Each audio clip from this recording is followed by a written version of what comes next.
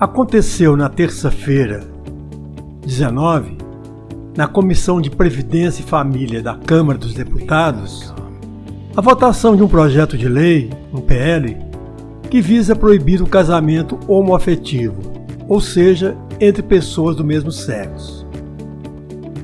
O canal Vitrine Democrática expõe para sua apreciação falas de parlamentares sobre o assunto que, apesar de ser constitucional, ainda incomoda a extrema-direita, que, como sempre, anda na contramão da história mundial e que já virou esta página infeliz da nossa história.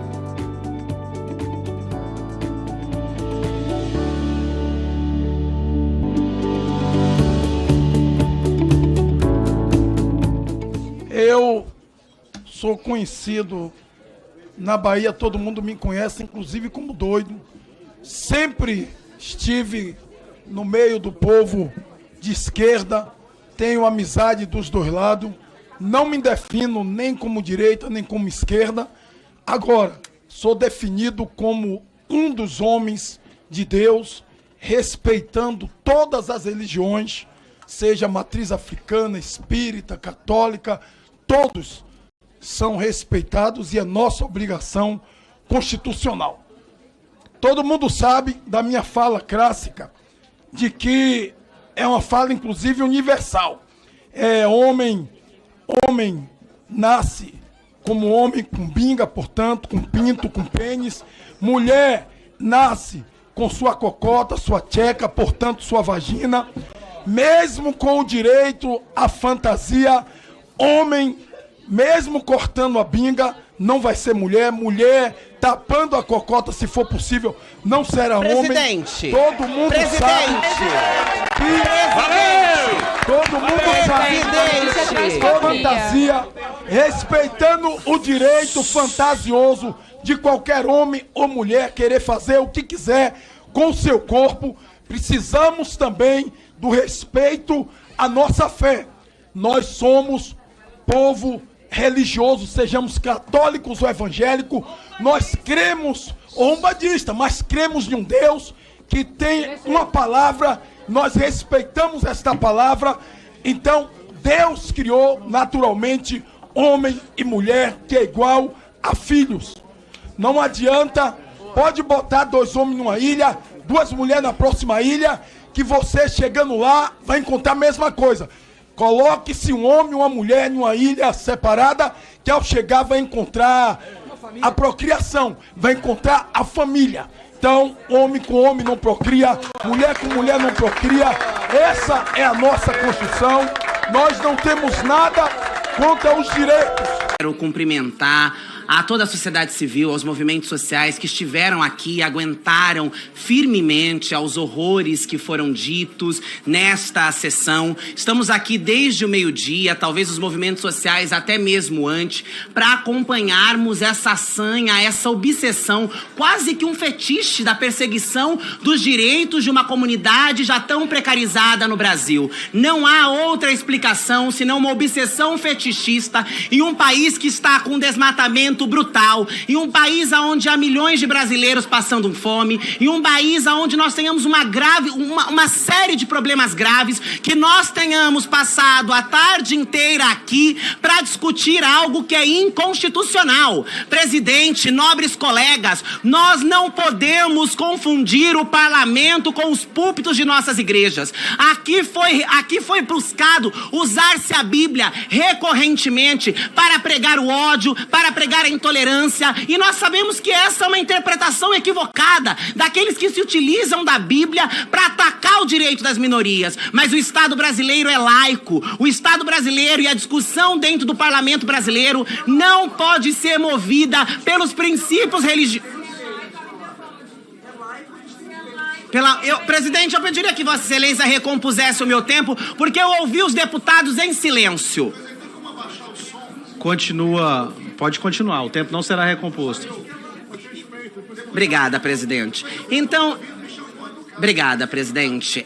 Então não se pode admitir que para atacar direito de minorias, de grupos que já são historicamente atacados e perseguidos, se utilize da fé, da religiosidade e da espiritualidade. Em nome de Deus ou dos evangélicos que nós sabemos que não estão representados aqui. Esses não são evangélicos, esses não falam em nome de Deus. Esses usam a palavra de Deus, usam o evangelho para mascararem os seus ódios, para mascarar os seus preconceitos. Os verdadeiros evangélicos, os verdadeiros cristãos não estão aqui usando da palavra de Deus para atacar e perseguir o direito de uma comunidade que já é massacrada historicamente. Que bom que conseguimos chegar a um acordo, que bom que teremos a possibilidade da realização de uma audiência pública, podendo ouvir todos os lados. Mas para concluir, presidente, é importante marcar e demarcar que este é um debate superado, este é um debate inconstitucional. Já foi discutido pelo Supremo Tribunal Federal, que tem a capacidade e a condição de analisar a Constituição. O que os fundamentalistas querem é promover o caos, é promover a desordem, é promover a intolerância. Intolerância é essa que mata milhares de LGBTs que há mais no nosso país todos os dias. Intolerância é essa que empurra para as margens, para as mazelas e para a prostituição. Seguiremos firmes em nossa luta. Seguiremos firmes para que nenhum dos nossos direitos sejam revogados, para que nossas famílias sejam respeitadas, validadas e asseguradas pelo Estado. O que estamos debatendo aqui são direitos básicos, são direitos civis. Eu peço mais segundos para concluir, presidente. Tem encerrado o tempo de Vossa Excelência. Agora, nós assegura a palavra ao deputado Pastor Henrique pelo prazo regimental de 8 minutos, pela liderança de governo. Senhor presidente, eu quero mais uma vez me colocar em defesa da diversidade, do Estado laico, dos direitos humanos, da igualdade de direitos. E veja, se as pessoas, por uma determinada concepção religiosa, e aqui eu quero dizer textualmente, há diversidade de perspectivas e interpretações dentro do cristianismo. Inclusive o próprio protestantismo, de onde historicamente deriva o campo evangélico, o protestantismo nasce como direito de minoria, reivindicando a separação entre Estado e Igreja. Essa é a origem do próprio protestantismo. Então, há diversidade dentro do cristianismo. Ninguém pode falar em nome da totalidade do cristianismo. Existem milhares de LGBTs que amam o Evangelho, amam Jesus e amam quem são. É importante dizer isso. Esse discurso não monopoliza o cristianismo. Mas vamos pensar o seguinte aqui juntos. Se a pessoa pensa dessa forma e crê dessa forma, dentro de uma dinâmica do Estado laico e da democracia, qual é o sentido de pegar isso e, por meio do Estado e da regulação jurídica, impor isso ao conjunto da população? Isso é violento, isso é arbitrário. Se quer pensar desse jeito, pensa. Se quer crer desse jeito, crê. Mas não pode pegar isso e utilizar o Estado para, por meio da lei, negar o direito do outro. Isso é completamente contrário à lógica do Estado laico. O Estado laico pressupõe liberdade religiosa, diversidade religiosa e o respeito à não crença religiosa. A pessoa pode até crer assim, mas entre o que ela crê e a Constituição, entre o que ela crê e o Código Civil, entre o que ela crê e o direito que as outras pessoas têm, há uma diferença. Quer crer dessa forma, creia, eu lamento. Mas não pode pegar essa paixão religiosa, que sequer é unanimidade dentro do cristianismo, e transformar em lei. Isso é arbitrário, isso é violento. É pegar uma doutrina religiosa e não reconhecer o direito do outro diante do Estado. Se a igreja não concorda, se uma determinada igreja, porque não são todas, não concorda, é só não celebrar. Mas o Estado não pode ser a extensão da igreja. Inclusive, essa é uma reivindicação histórica do protestantismo. O Estado é o Estado, a igreja é a igreja. Não é casamento religioso, é casamento civil. Por que impedir que o outro, diante do Estado, tenha o seu direito reconhecido? Que obsessão é essa? de negar o direito ao outro. Então, para mim, basta a Constituição, com princípios fundamentais, para reconhecer o direito do outro. Mas, sinceramente, vou fazer brevemente um pequeno debate para falar com milhares de pessoas cristãs. Eu, como pastor, já acompanhei várias pessoas expulsas de casa, expulsas de ministério, numa falácia de eu amo você e odeio o seu pecado. O que se constrói é um ambiente tóxico, de violência. O que deveria escandalizar as pessoas é que a cada 34 horas um LGBT é assassinado. O que deveria escandalizar as pessoas é que esse é o país que mais mata transexuais e travestis no mundo. Só que mais importante é o texto isolado do que a dignidade humana. Foi esse tipo de movimento religioso que inclusive matou Jesus.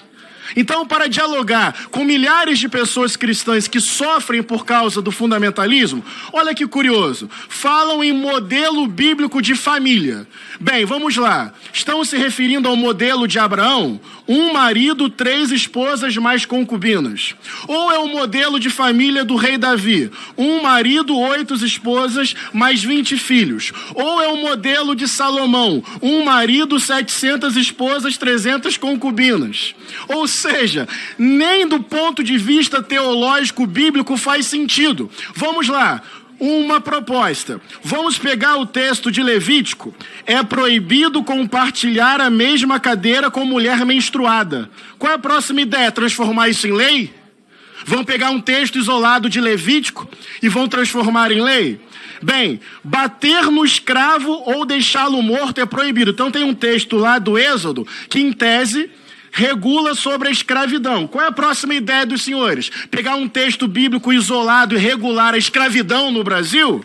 Ou então, apedrejar mulheres que não forem virgens no dia do casamento? Está em Deuteronômio. Está escrito. Em nome do está escrito. Pega um texto descontextualizado, usa como pretexto e alimenta o próprio ódio. Eu entendo que a Constituição é suficiente. Não tem que fazer debate bíblico para o conjunto da população, porque tem milhares de pessoas que não creem na Bíblia e não devem ser obrigadas a crer, e devem ser respeitadas, acolhidas e amadas. Mas eu quero dizer que até do ponto de vista bíblico, esse tipo de interpretação é absolutamente equivocada, porque fé que não é filtrada pelo amor, fé que não passa pelo teste do amor, fé que não se submete à capacidade de amar, para mim é em vão. Ainda que eu falasse a língua dos homens e dos anjos, sem amor eu nada seria. Então pega texto bíblico, sem contexto, monta uma doutrina, violenta pessoas, desrespeita o Estado laico, desrespeita a diversidade, desrespeita a Constituição. Quer ler a Bíblia dessa forma? Eu acho, sinceramente, teologicamente decadente essa leitura.